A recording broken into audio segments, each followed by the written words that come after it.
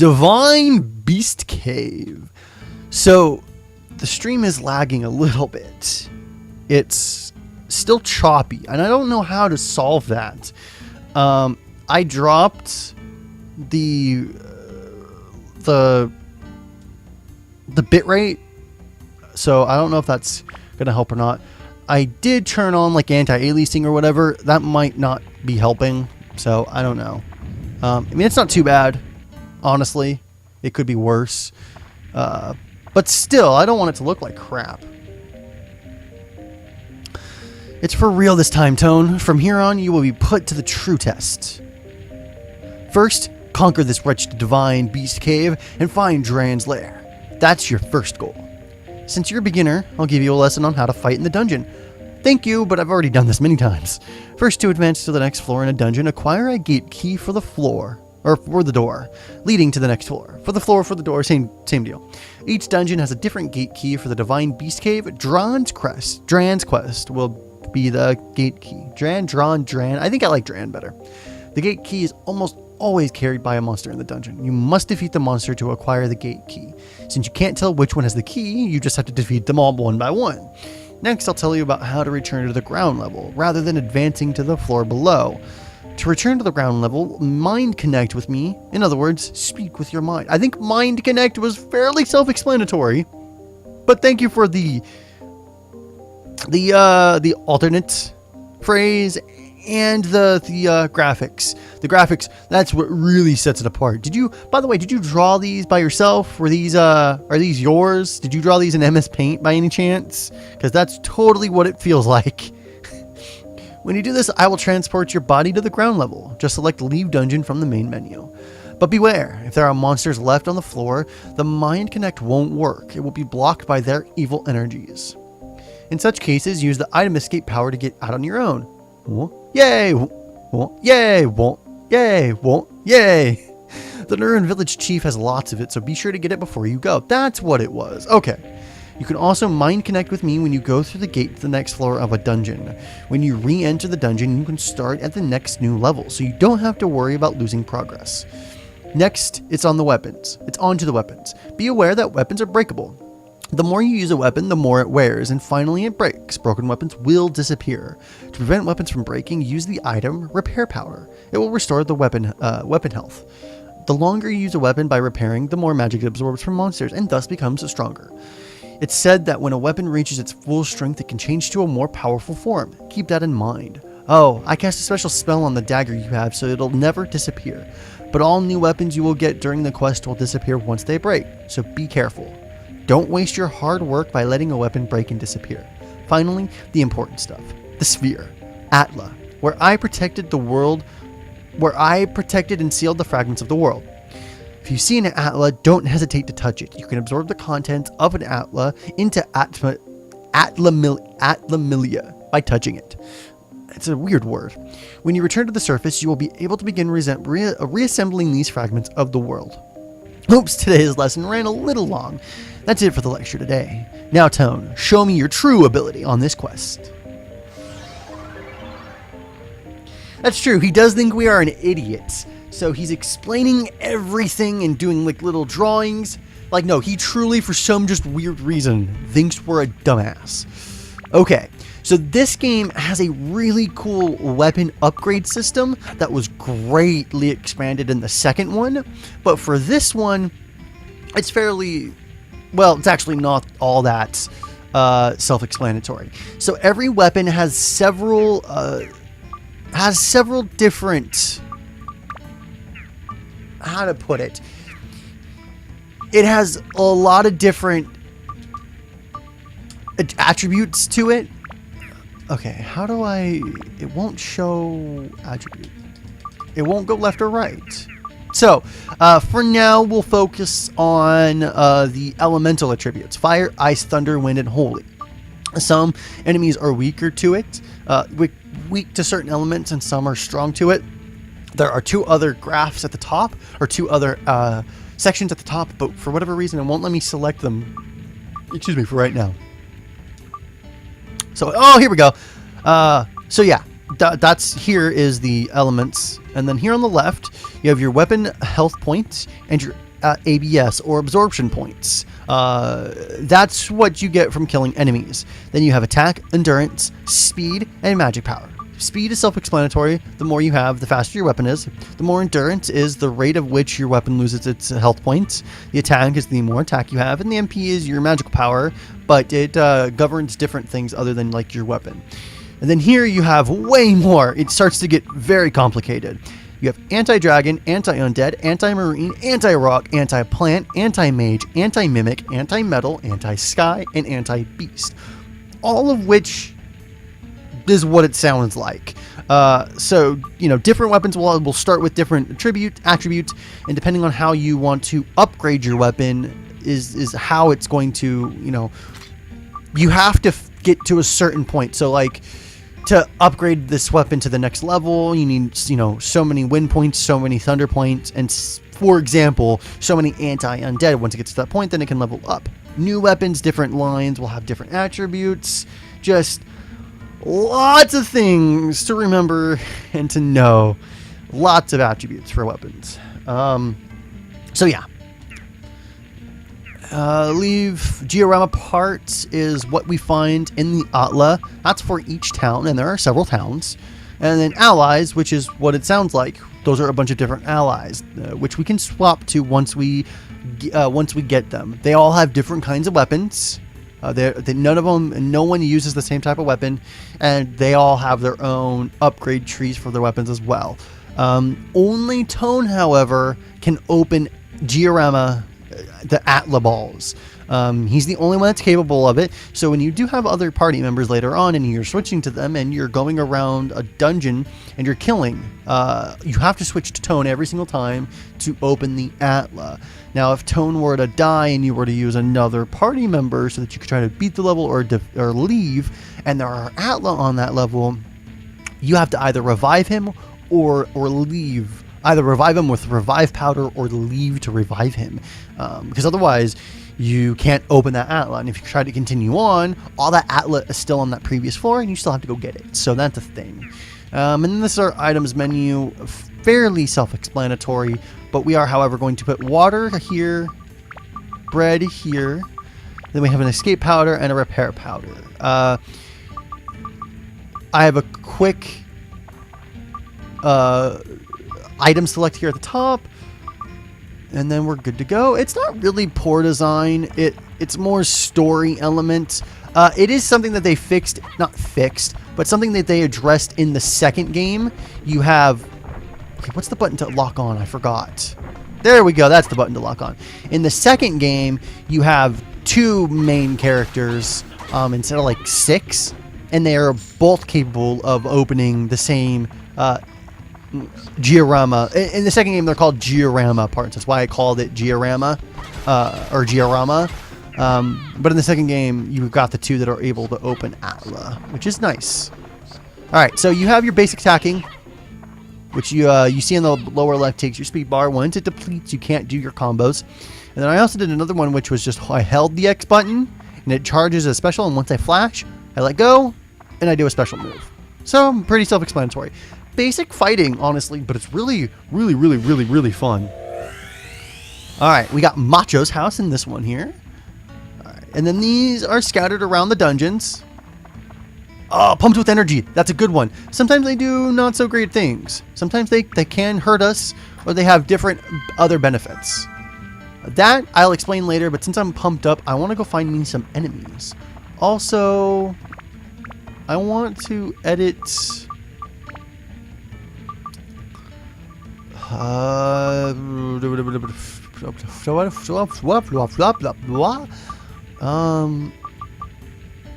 Okay, I guess I don't have it. The camera is being a little bitchy, so I wanted to edit it, but I don't see that anywhere. Okay. What's in here? Tone is technically a boy, and we received Macho, so we have Macho and Macho's house. Tone is technically a boy, but he never speaks, so you wouldn't know it. Alright. Ah, damn it, I missed that. Okay, come on, baddie. Damn it, he hit me. Alright, so also you notice on the upper left, top bar is my health. Right below that's my weapon health. The little blue bar below that is the weapons abs, and then the water droplets below that are my thirsts. And once my thirst goes away, I can start losing health. So I need to keep my thirst up. And in this one, we got a lamp. Okay. So I lost my pumped up ability pretty quickly. It doesn't stay because what it does is it lets you attack really fast and do lots of good damage. So it's an effect that goes away quickly because it's kind of overpowered. Alright, that's a little bit of money. Here's 2 more balls.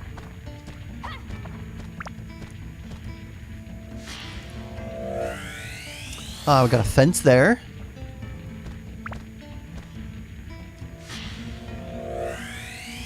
Bridge here.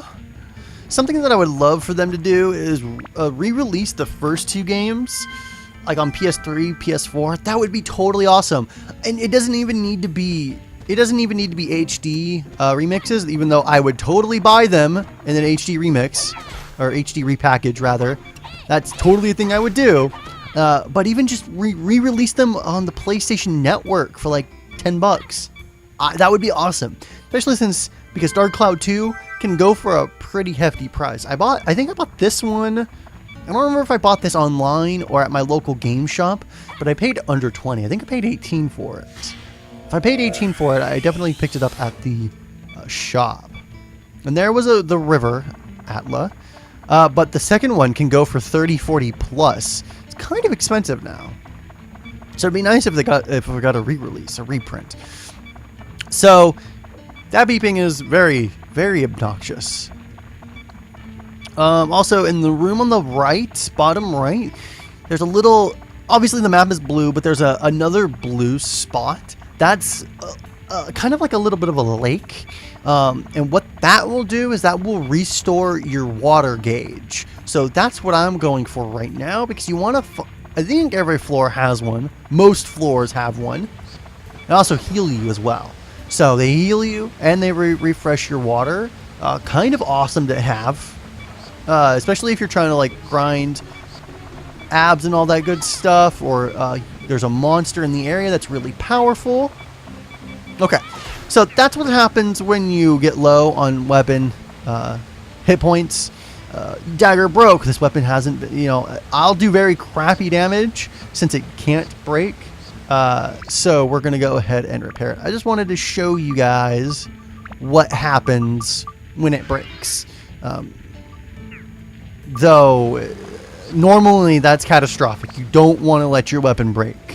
Period. Especially once you start upgrading them. Alright, we got trees in that one.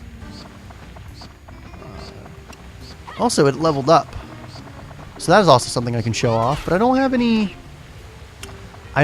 of the items to socket it right now because no one's dropped anything. So I'm going to wait to do the level up because there are items that you can find in chests or that monsters can drop that go in the sockets of your weapons, and that's how you upgrade your weapons stats. There's also a couple more people in the stream. How is everyone doing today?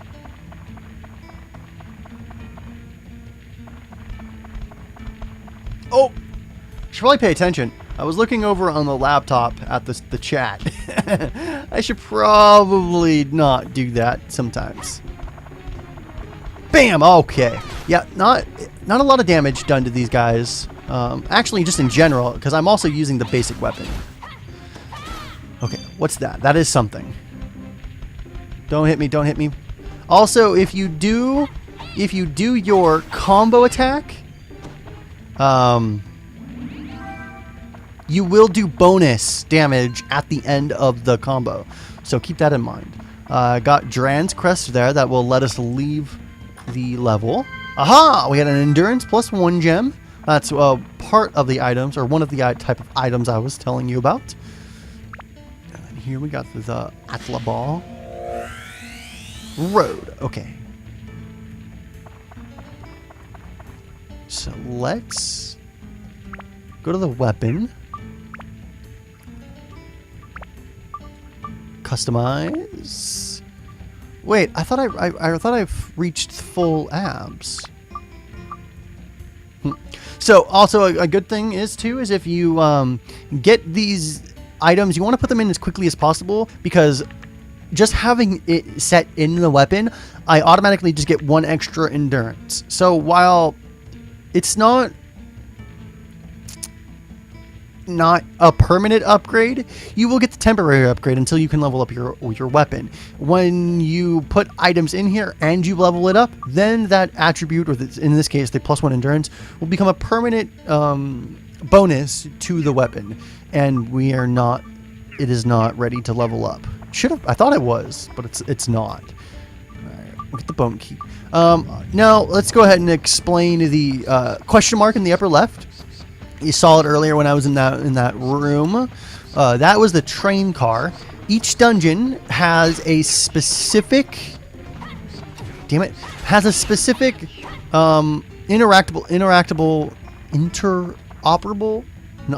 object.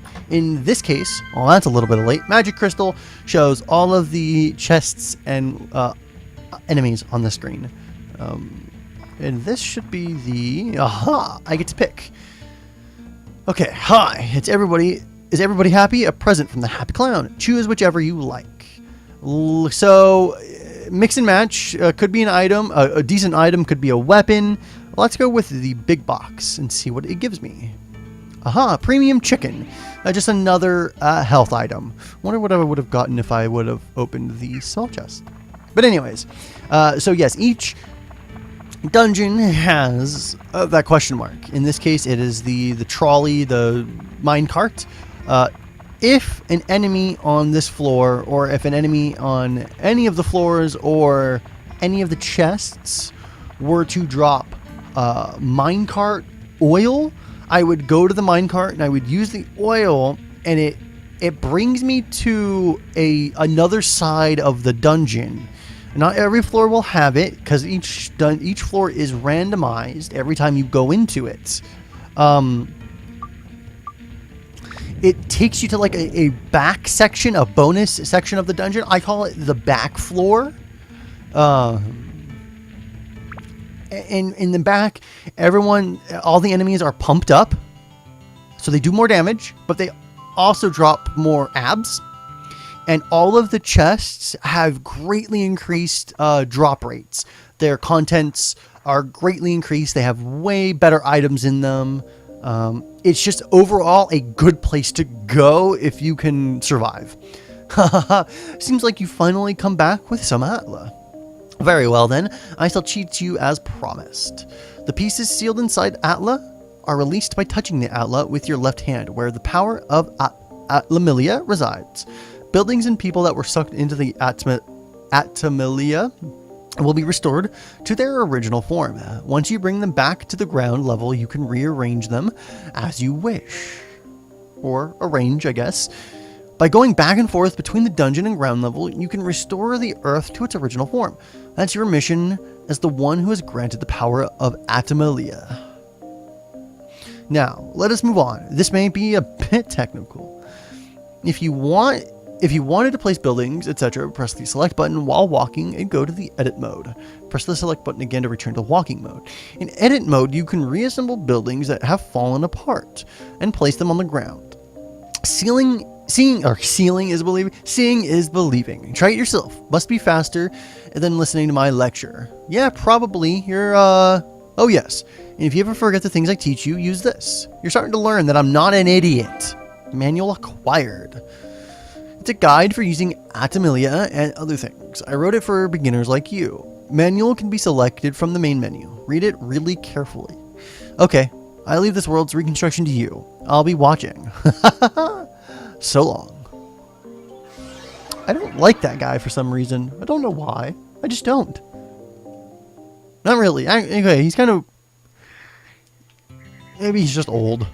Alrighty then. So... we have Macho's house. And another thing too is that the residents have wishes. They would like to be near certain places or they want the town to be reconstructed in a very specific way. They have different wishes. Like some want to be facing west or east. West? They want to be facing east. It is east. They want to be facing east where the sun rises. Some other people want to be near the mayor, or some want to be near trees. Some don't want to be near other villagers, or some want to be near other villagers.